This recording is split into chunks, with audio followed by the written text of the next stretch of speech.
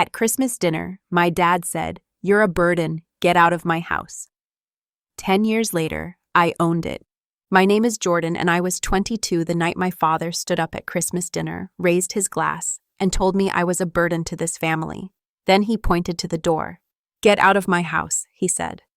Just like that, in front of everyone. I still remember the sound of the silverware dropping, the way my mother looked down, and my siblings pretended their turkey was more interesting than my shame. I didn't argue. I stood up, walked out into the snow, and swore I'd never let another man decide where I belong. 10 years later, on Christmas Eve, that same man walked through the front door of what he thought was just another investor's property. He didn't know it yet, but the man who owned it now was me. This isn't just a revenge story. It's what happens when pain becomes purpose, when being pushed out becomes the very reason you rise, and when someone else's cruelty becomes the fire beneath your legacy. So stay with me, because the last words he ever said in that house weren't nearly as powerful as the silence I returned with. Let's begin. Every corner of this house holds a story. Here's mine. Before we continue, please subscribe. The roast was still steaming on the table when it happened. My father had just poured himself a glass of red wine, and my mother was passing around the cranberry sauce like everything was normal. There were lights on the tree, glimmering softly, and fake laughter echoing through the room, but beneath it all, the tension was unmistakable. I had felt it the moment I walked in. I should have known this night would unravel. I just didn't think it would happen so fast, or that it would change everything. He stood up halfway through dinner, cleared his throat as if he was going to make a toast, and looked directly at me. "Jordan," he said, raising his glass, "I think it's time you finally heard the truth." Everyone froze. Forks hovered midair. "You're a burden," he said plainly. "Always have been, and I've had enough." I blinked, thinking I misunderstood. "Get out of my house," he said. That time his voice was sharper, firmer, and no one said a word. My mother looked away. My younger brother kept chewing like his mouth was glued shut. My older sister picked up her napkin and dabbed at a corner of her lips, pretending she hadn't heard a thing. No one defended me. No one told him to stop. I hadn't even finished my plate. I stood up slowly, heart racing, fingers numb.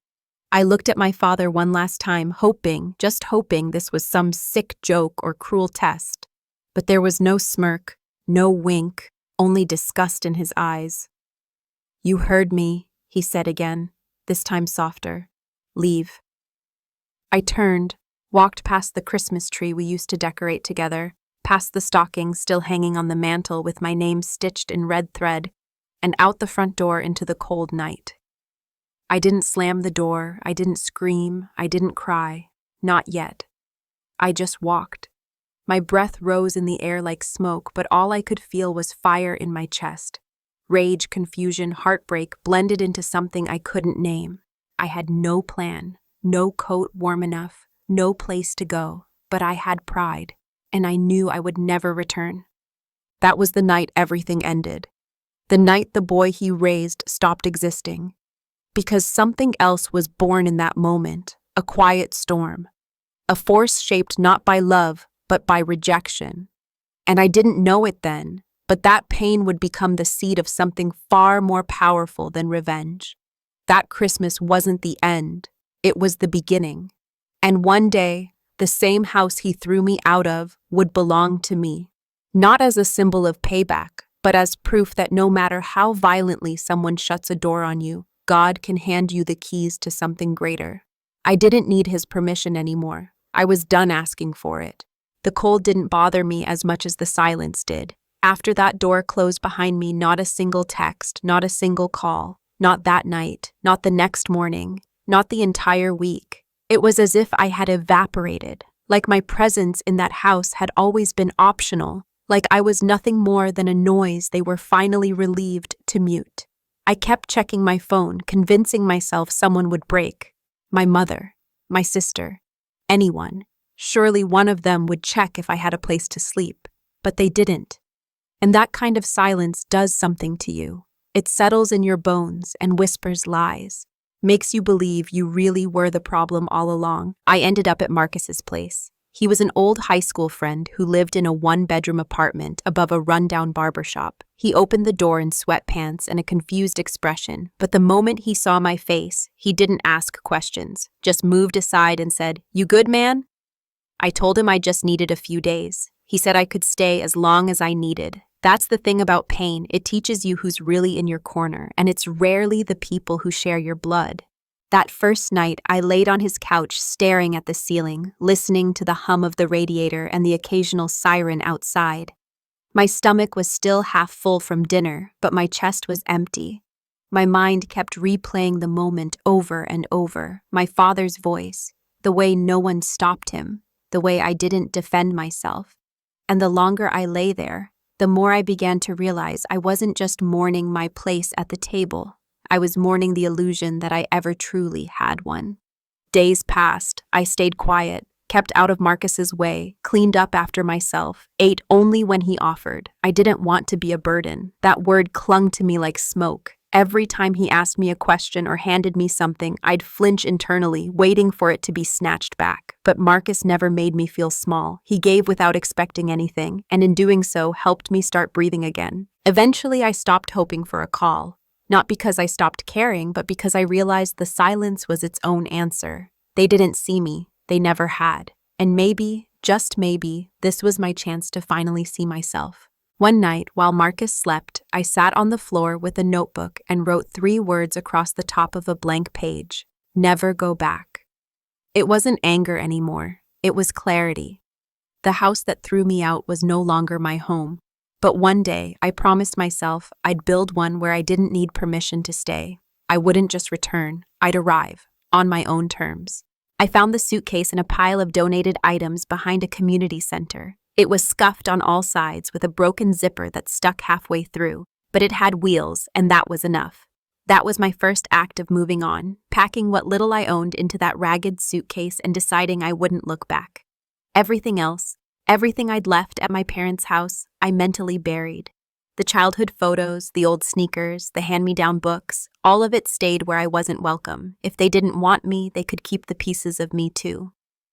I thanked Marcus the next morning and told him I couldn't stay long-term. He looked confused. "You got somewhere better to be?" he asked. I didn't. But pride can be loud, even when you have nothing to your name. I told him I'd figure something out. He gave me a look that said he didn't believe me, but he didn't push. He just nodded and said, "Don't be stupid about it, all right?" The truth was, I didn't know where I was going. I walked that day with the suitcase trailing behind me, rattling against every crack in the pavement, echoing through my chest. I applied at a diner, a bookstore, even a gas station, all no's. I slept in the back corner of a 24-hour laundromat that night, pretending to wait for clothes that didn't exist. And for the first time, I felt what real loneliness tasted like. Not the quiet kind, but the kind that hums in your ears and makes every minute feel like a year. But the next morning, I woke up, still breathing, still stubborn, still unwilling to let his words define me. I found a shelter that offered a cot and warm meals. It wasn't perfect, but it was something.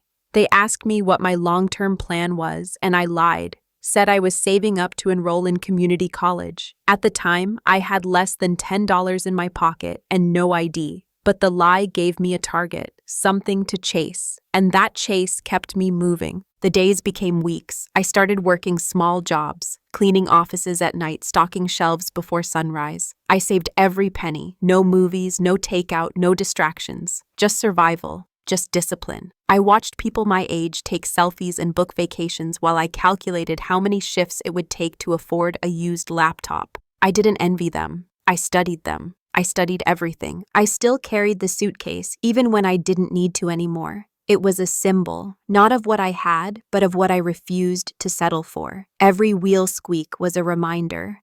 One day I told myself I won't just roll into places hoping to be accepted. I'll own the floor, and when that day comes, I won't need to say a word. My presence will speak for me. After 2 months of couch hopping, part-time work, and sleeping in corners where security guards didn't bother to check, I finally landed something more stable.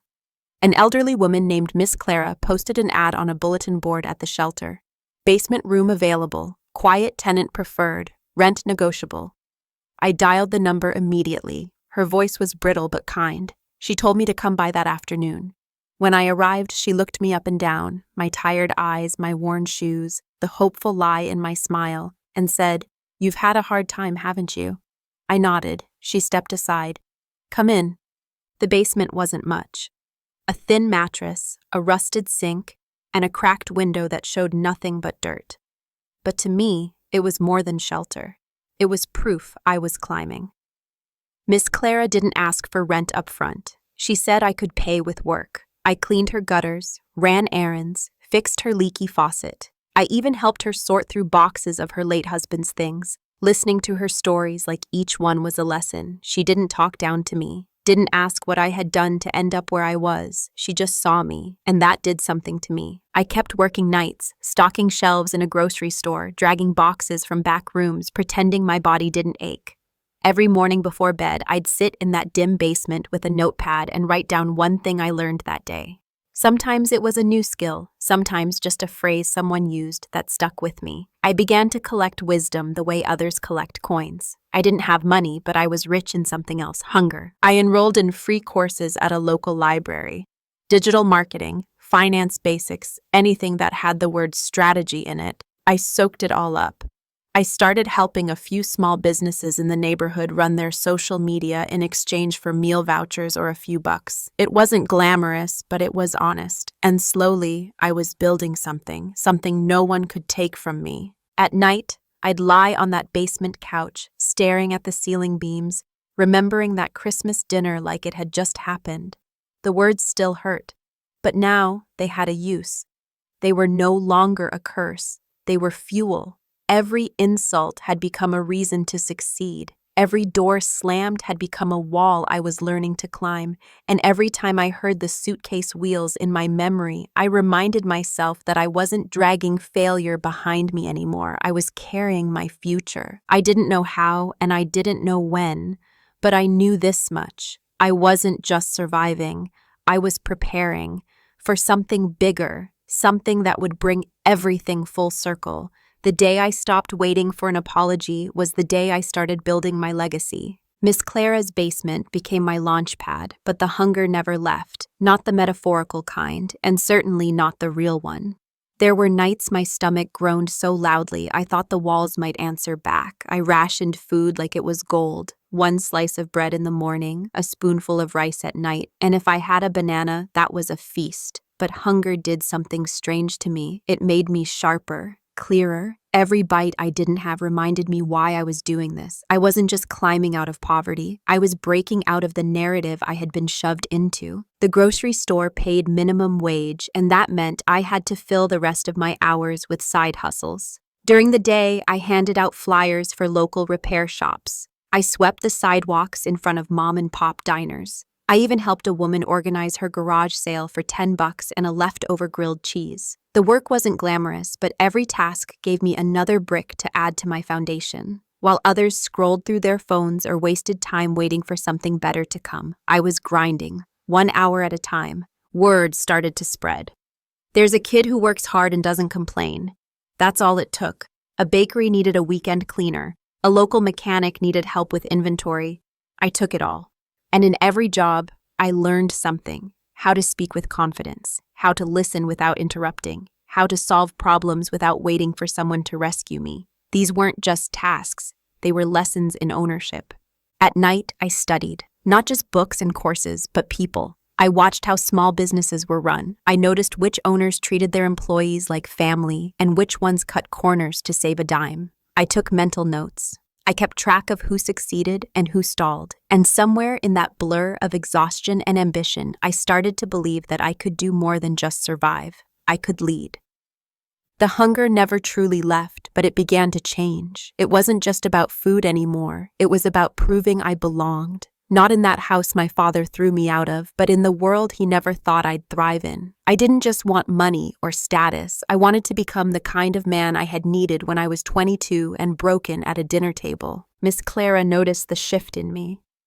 "You've got that look in your eyes," she said one night. "Like you see something other folks don't." I just smiled, because she was right.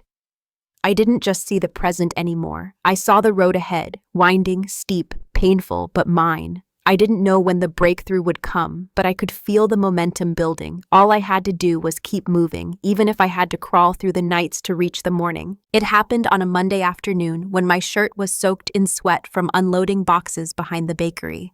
I was stacking crates near the alley when a woman in a navy pantsuit and heels that didn't belong on this side of town stepped out of a black SUV. She held a phone to her ear and didn't look up at first, but when she did, her eyes lingered. Not in a judgmental way, but as if she was trying to place me in a story she hadn't fully written yet. I nodded and went back to lifting, thinking nothing of it. 5 minutes later, she returned and stood at the edge of the alley. "You always work this hard?" she asked. I laughed a little, wiping my forehead. "No choice," I replied. She extended her hand. "Maya Carter. I run a nonprofit that helps small business owners pivot online." I shook her hand, still unsure where this was going. She glanced at the crates and then at me. "You ever done digital marketing?" I told her I'd taken some free courses, worked with a couple of shops around here for peanuts. She nodded slowly. "I could use someone like that." 2 days later, I found myself sitting in a shared workspace downtown, surrounded by people who used laptops that probably cost more than I made in a month. Maya handed me a desk and a trial assignment.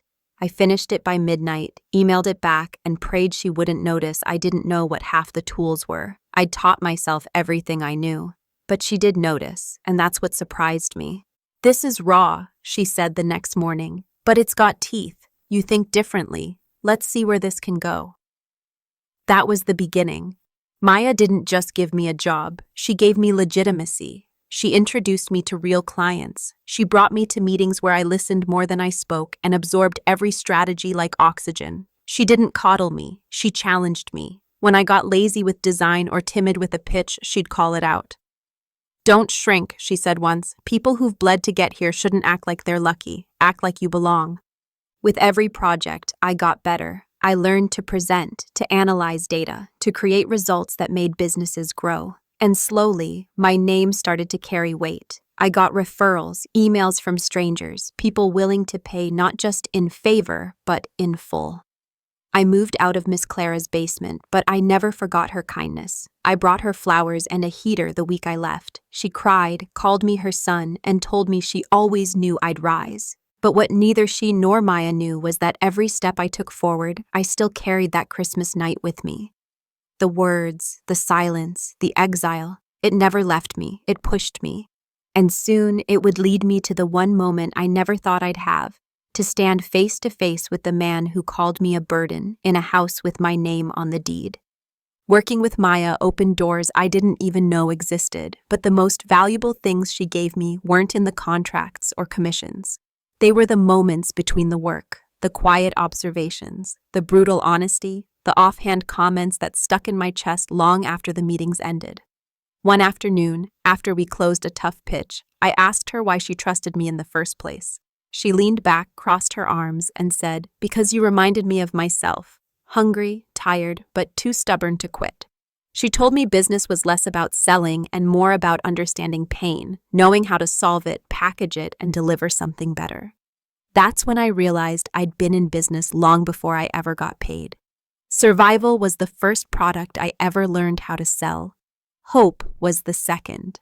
Maya pushed me further than anyone ever had. I started studying psychology, branding, color theory, even voice modulation for presentations. I learned how to ask the right questions, how to read a room, how to negotiate without blinking. But what really changed me was watching how Maya walked into spaces that weren't built for her and didn't shrink. She didn't ask to be welcomed. She walked in like the room had been waiting for her. I took notes on everything, not just her strategies, but her posture, her silence, her timing. She taught me how to stand without shaking, how to speak without apology, how to make people believe in something simply by the way I believed in myself.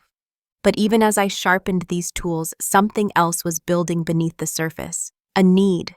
A question I hadn't asked in years began to stir again. What would I do if I had the power to rewrite the story? I didn't mean revenge, not in the petty sense. I meant redemption. Could I build something so solid, so undeniable, that even my absence at their table would feel like a loss? Could I become a name they'd have to say with respect, even if it choked them? Around that time, Maya took me aside and said it was time I started taking on my own clients. "You're ready," she said. Go build something with your name on it. I hesitated. What if I fail? I asked. She smiled. That sharp kind of smile only earned through hard years. Then fail like someone who knew he was built to rebuild. That night, I bought a domain name, my brand, my story. I built the website from scratch. No fluff, no exaggeration, just skill, proof, and passion. By the end of the month, I had my first solo client, then another. And soon, I wasn't just working in someone else's shadow. I was casting one of my own. And somewhere deep in that momentum, a thought took root. If I could build this, then maybe, just maybe, I could buy back the house that once threw me out. Not for them, for me.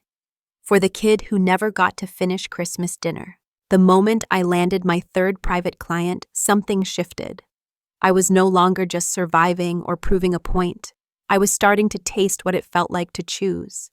To say no to a contract that didn't feel right. To name my price and not flinch. To wake up and know that every dollar I earned came from my mind, my grit, my scars. The little apartment I rented near the city wasn't fancy, but it had a desk, a window, and enough space to dream. I worked 12 hours a day, slept 5, and lived on coffee and conviction. Every new client gave me more confidence, not just in my skills, but in the version of myself I was building. One who didn't need validation, one who was writing a future that didn't look anything like the past. Still, I kept to myself. I didn't post updates. I didn't reach out to family. Part of me was still locked in that Christmas night, walking out into the cold. And though I was building something beautiful, I carried it like a secret. Power, I learned, was safest in silence. People couldn't sabotage what they didn't know existed. Then came the day a real estate developer reached out, a boutique firm struggling to reach young buyers. I revamped their entire branding strategy, created a digital funnel that doubled their inquiries, and wrote their campaign script in a single weekend. They were stunned. The owner asked if I had ever considered investing. I laughed at first, me investing in real estate? But he was serious. You've got the mind for it, he said, and you've built trust. You should own something, not just rent. The idea took hold quickly. I didn't have much saved, but I had enough to co-invest in a small property flip.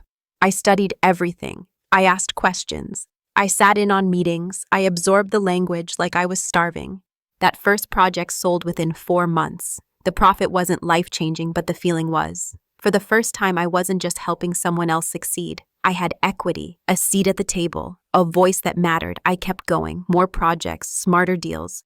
And then one afternoon, while reviewing listings, I saw an address I hadn't thought about in years. It was the house, my father's house. The street name hit me like a slap. The photo of the porch where I'd once sat as a child. The same cracked steps, the same windows. But this time, it was listed for sale. Quietly. A foreclosure. I didn't move. I just stared at the screen, heart pounding like it was trying to crawl out of my chest. I clicked on the listing again and again like the details might change.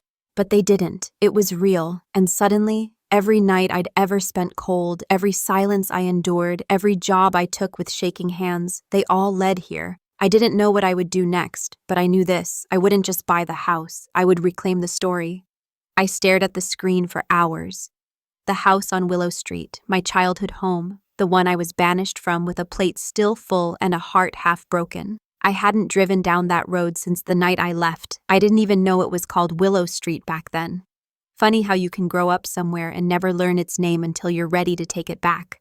The listing was straightforward. Foreclosure sale, investor preferred, needs cosmetic updates. The pictures hadn't changed much. Same dull siding, same crooked mailbox. But the yard was worse now, the paint peeling like the house had been forgotten. It looked tired, like maybe it had been grieving too. I didn't rush to put in an offer. I took a breath. I remembered Maya's words. Move with strategy, not emotion. So I called my contact in the property firm, got the full history. Turns out my father had taken a second mortgage years ago and never caught up. Missed payments, legal warnings, quiet desperation.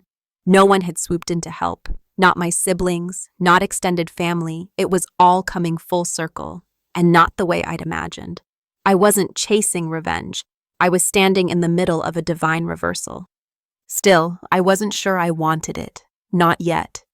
Owning the house might have meant facing memories I'd buried deep, like the time I scraped my knee on that driveway and cried for hours, or the night I snuck out to sleep under the stars because I didn't feel safe under my own roof.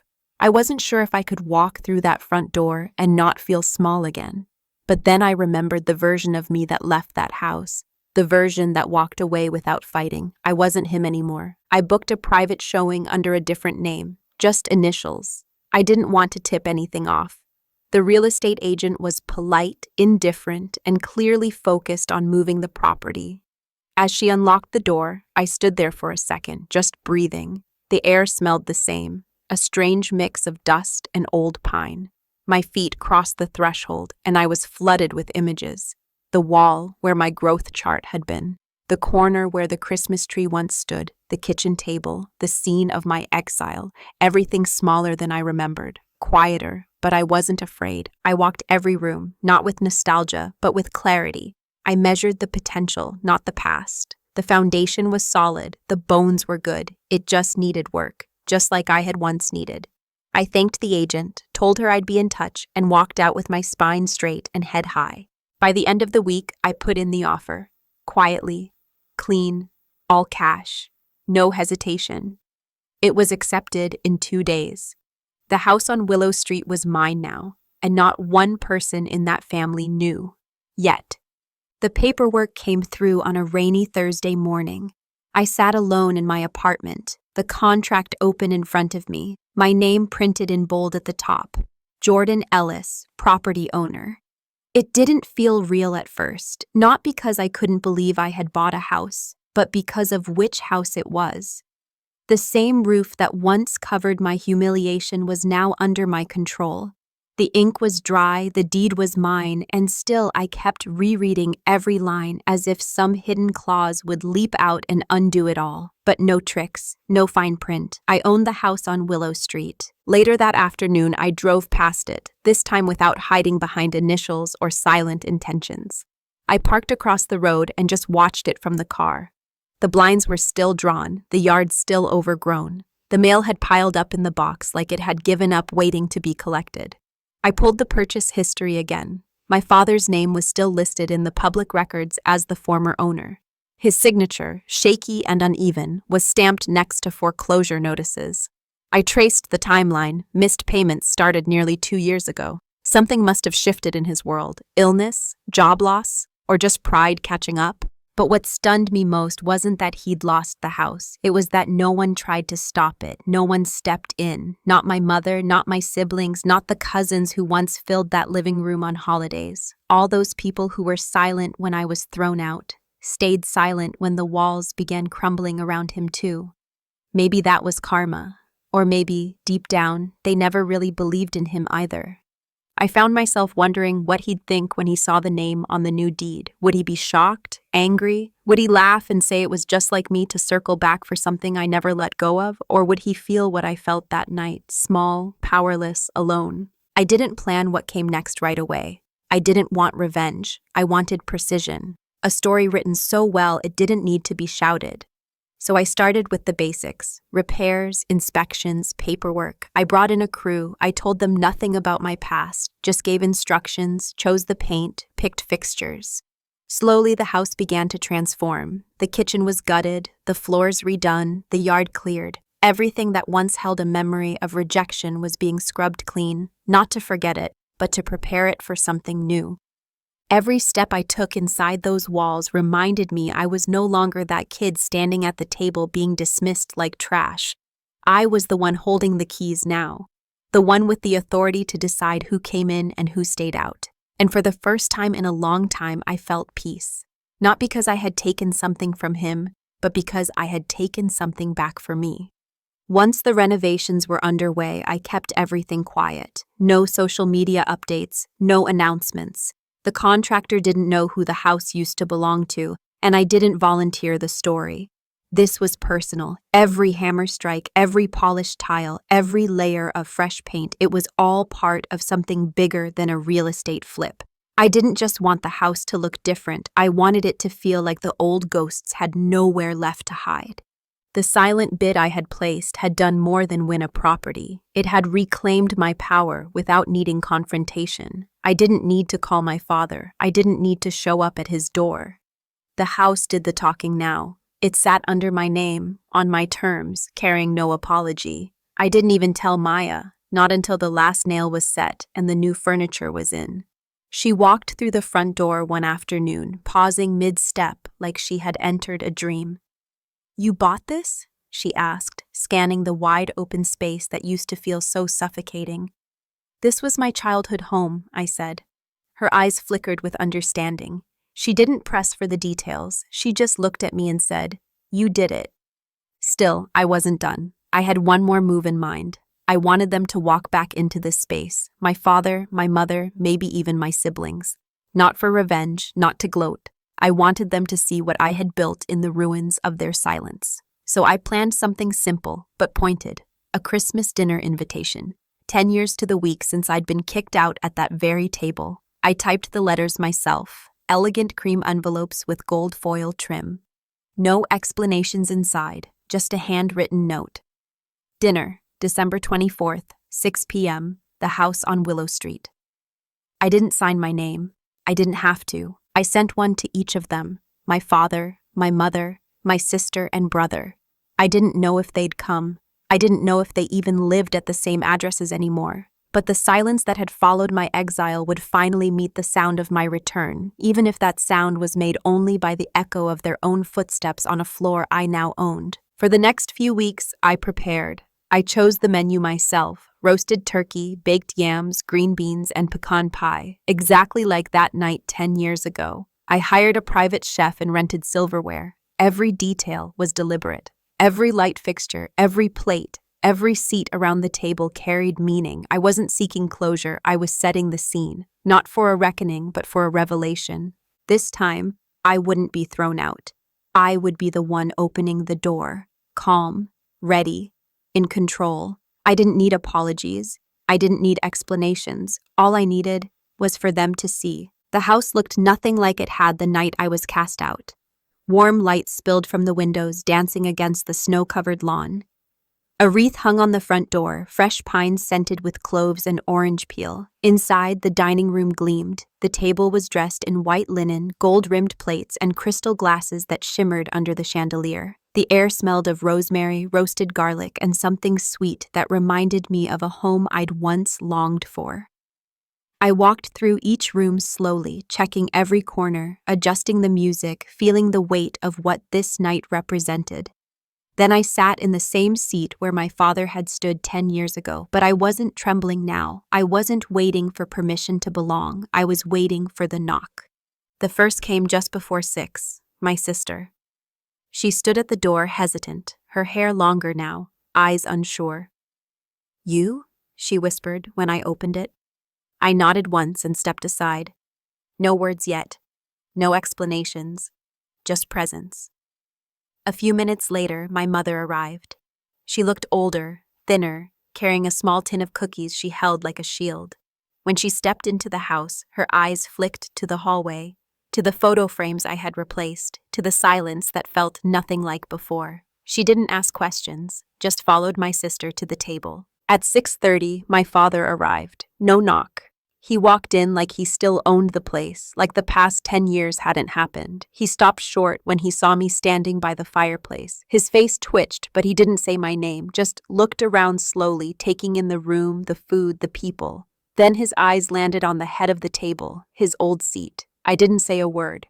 I just walked over, pulled the chair out, and sat down in it myself. We ate in near silence. The sound of cutlery, the soft music, the occasional awkward cough filled the space. No one brought up the past. No one dared. But the air was thick with everything unspoken. I passed the gravy like nothing had ever happened, offered wine with a calm hand. My father's eyes narrowed with each gesture. He wasn't used to this version of me, the one who didn't shrink, the one who didn't seek approval, and I could feel it unsettling him. After dessert, I stood, the same spot he had stood when he told me I was a burden. I looked around the table slowly. "Thank you all for coming. I said, voice steady. I thought it would be fitting to host dinner 10 years later. No one moved. My sister blinked rapidly. My mother lowered her eyes. My father sat frozen.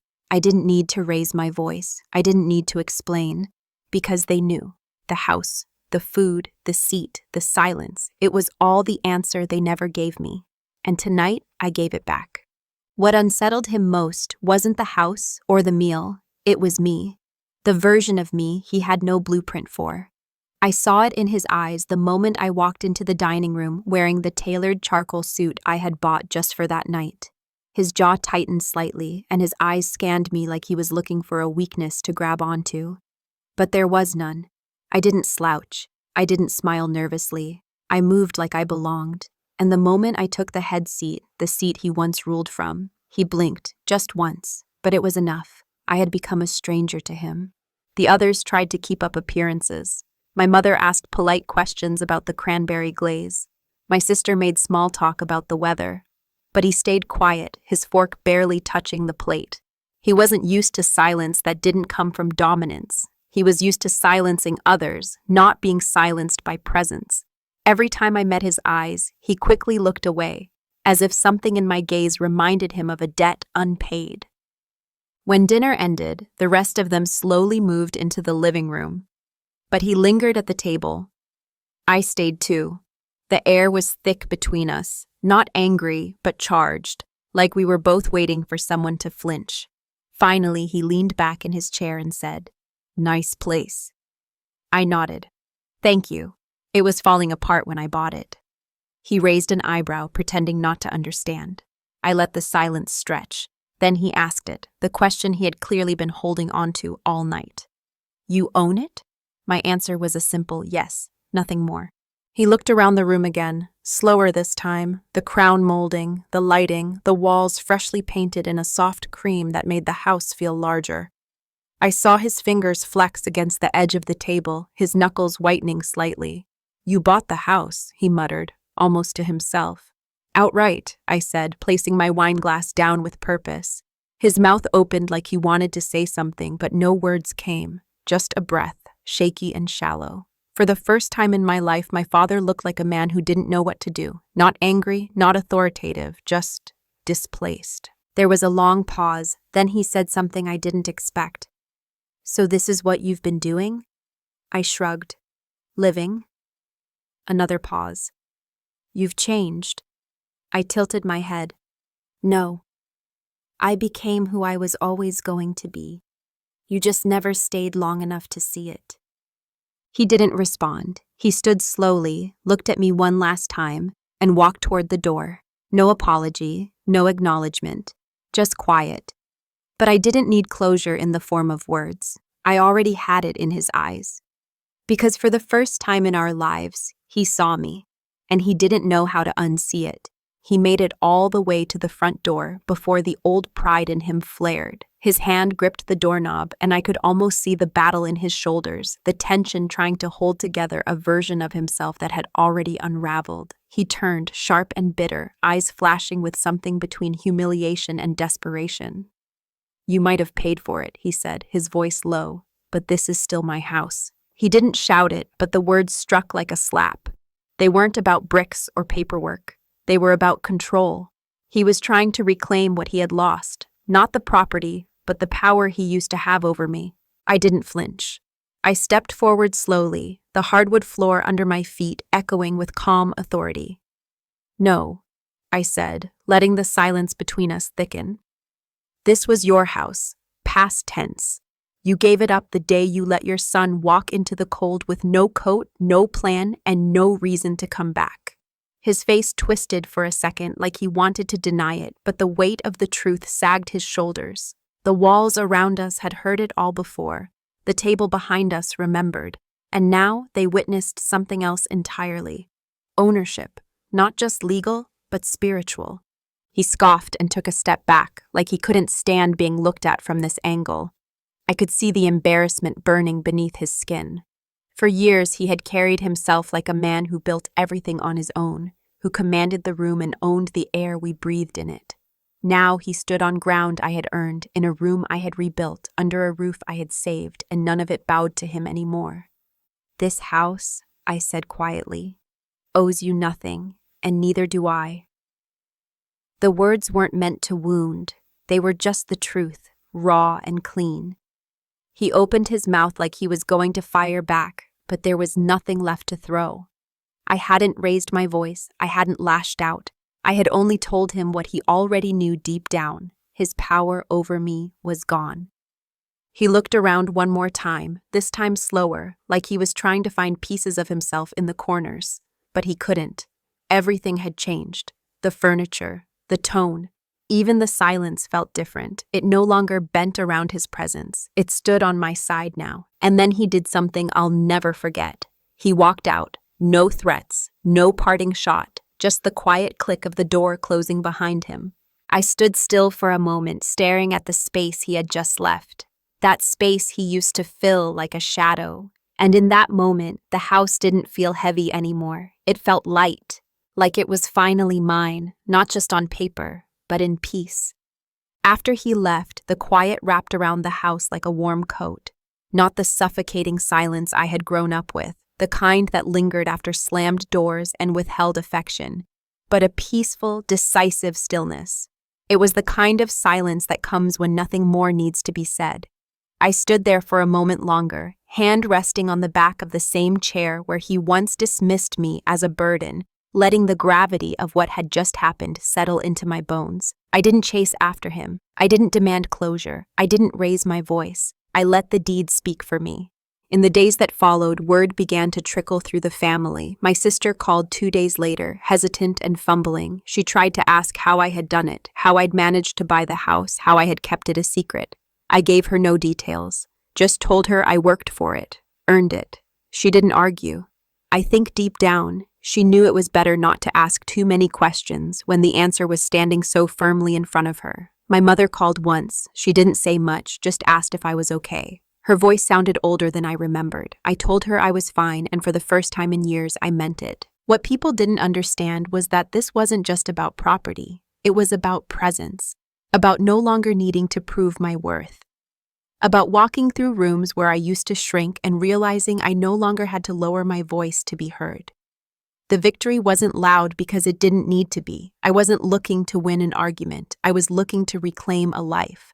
I went back to my work, resumed my contracts, kept building, but every night when I returned home and put the key into that front door, I smiled, because I had taken back something sacred, and I had done it without begging, without bending, without breaking the way they thought I would. One night, I pulled out the old notepad I had carried with me back when I slept in Miss Clara's basement. On the first page were the words I had written in ink so many years ago: "Never go back." I stared at those words and smiled, not because I had broken the promise, but because I had fulfilled it in a different way. I didn't go back as the broken version of myself. I didn't return to ask for anything. I walked in as the owner, as the man who didn't just survive being thrown away. He built something greater in its place. Sometimes the loudest kind of justice is silence, and sometimes the most powerful form of revenge is becoming untouchable. I didn't raise my voice. I let the keys, the title, and the silence say everything I needed to say. The guests left quietly that night, one by one, like shadows slipping into the cold. My sister hugged me at the door a little longer than necessary, and I could tell she didn't know whether it was guilt or pride making her hands tremble. My mother didn't hug me. She just looked at me the way someone looks at a closed door they wish they had opened sooner. I offered her a small smile anyway. That was enough. The night had already spoken for me, but my father, he lingered. After stepping out the front door, he paused just beyond the frame. His back was to me. I thought he might keep walking, that pride would swallow whatever words he was struggling with. But he didn't. He turned just enough for me to see the side of his face, the faint outline of someone who had finally lost the weight of pretending he was always right. He didn't raise his voice. He didn't look me in the eyes. He just said one thing, low and quiet, almost like it hurt to let the words out. "You made it, even without me." I didn't move. I didn't respond. Because in that moment, I understood what those 7 words carried. They weren't an apology. He was never going to say he was sorry. but they were something heavier. They were a confession, acknowledgement, maybe even regret, and it was the first time I had ever heard anything close to admiration come from his mouth. Then he walked away. I closed the door gently, not with satisfaction, but with peace. Not because he had said what I wanted, but because I didn't need him to anymore. His whisper wasn't for me to hold on to. It was for him, for the years he lost trying to break a sun who only bent long enough to rise. He had finally admitted the thing he'd fought hardest to deny, that I didn't need his permission to become something, that his absence didn't destroy me, it defined me. That night I sat by the window, lights low, the fireplace crackling behind me. I watched the snow fall gently outside and thought about the boy I used to be, the one who left this house with his head down, carrying nothing but a suitcase and shame. I wished I could go back and tell him he would be okay, that he'd walk back in through that same door one day, not as a broken kid begging to be seen, but as a man who owned every brick under his feet. Some victories don't look like roaring triumphs. They whisper through the cracks. They pass between people in moments too quiet for the world to notice. And yet, they shift everything. What he whispered that night didn't fix the past, but it proved something I had always known deep down. The man who pushed me out never imagined I'd be the one standing at the door, holding it wide open, for him to walk through or walk away. The days after Christmas passed like a soft exhale. No drama, no phone calls. Just a steady, unusual calm. I returned to my work, kept up with clients, met deadlines, and scheduled new projects like I hadn't just lived through a full-circle moment 10 years in the making, but something had changed.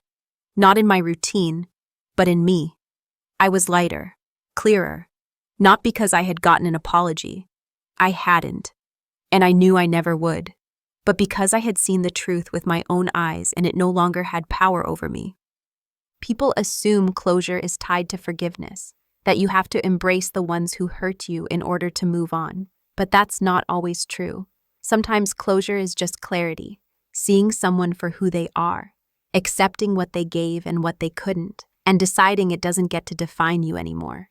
My father whispered those words on the porch like a man emptying his pockets, but I didn't pick them up. I didn't carry them around. I let them fall where they landed. Not out of cruelty, but because I didn't need them to heal. Forgiveness, for me, didn't look like reconciliation. It looked like freedom, not being triggered by his voice, not feeling the need to defend my path to people who once turned their backs, not replaying that night over and over, trying to make it make sense. I no longer needed it to make sense.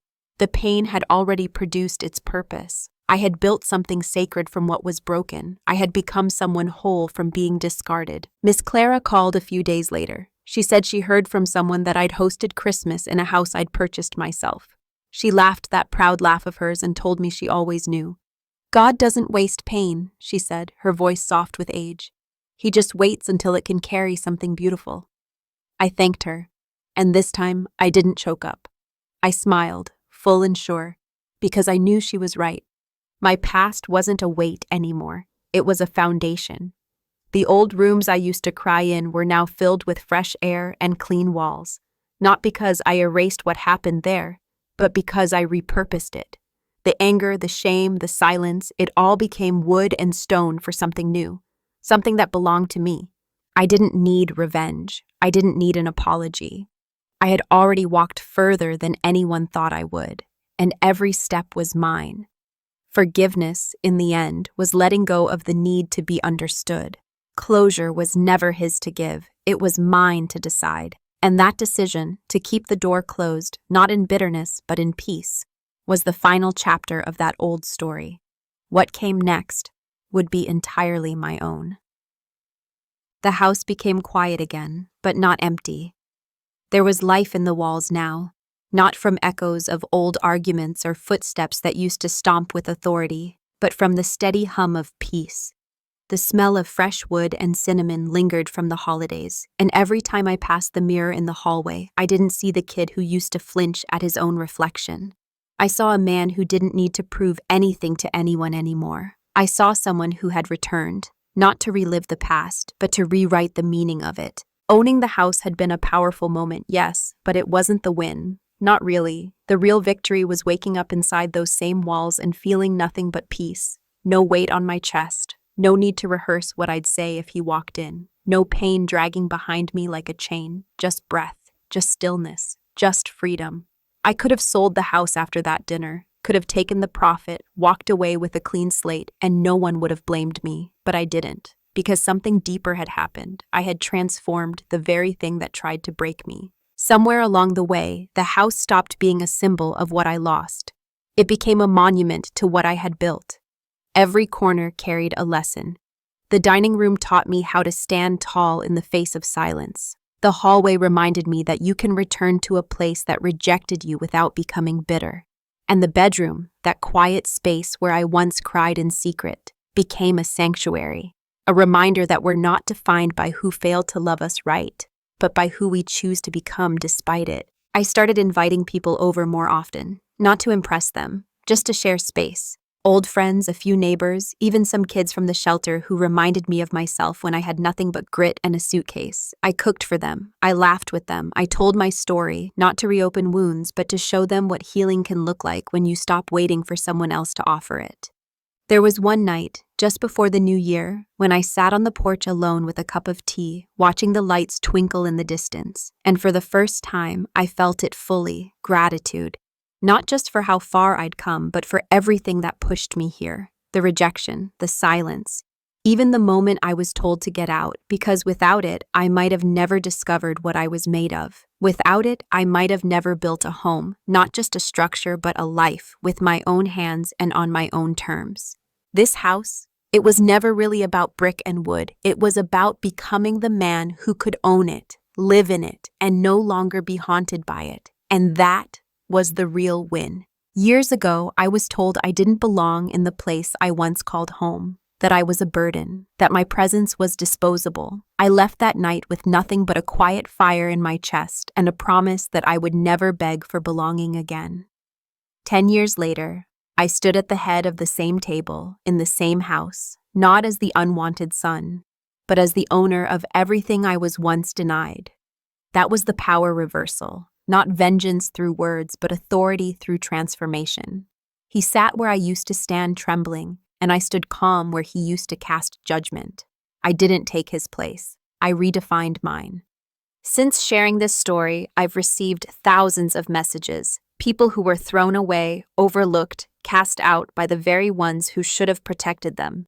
Some of them are building businesses. Some are learning to forgive themselves before others. Some are taking the long walk from pain to purpose, one step at a time. If you're one of them, let this be your reminder. You don't have to yell to be heard. You don't have to retaliate to rise. Sometimes your healing is the loudest answer. If this story resonated with you, I want you to remember this. Your past does not get the final word. Your comeback does. And when the day comes that you return to the very ground where you were once broken, let your peace be louder than your pain. Thank you for watching. If this touched you, share it with someone who's still walking through the fire. Subscribe for more real stories of pain turned power, silence turned strength, and ordinary people rewriting their ending. Your story isn't over, not even close.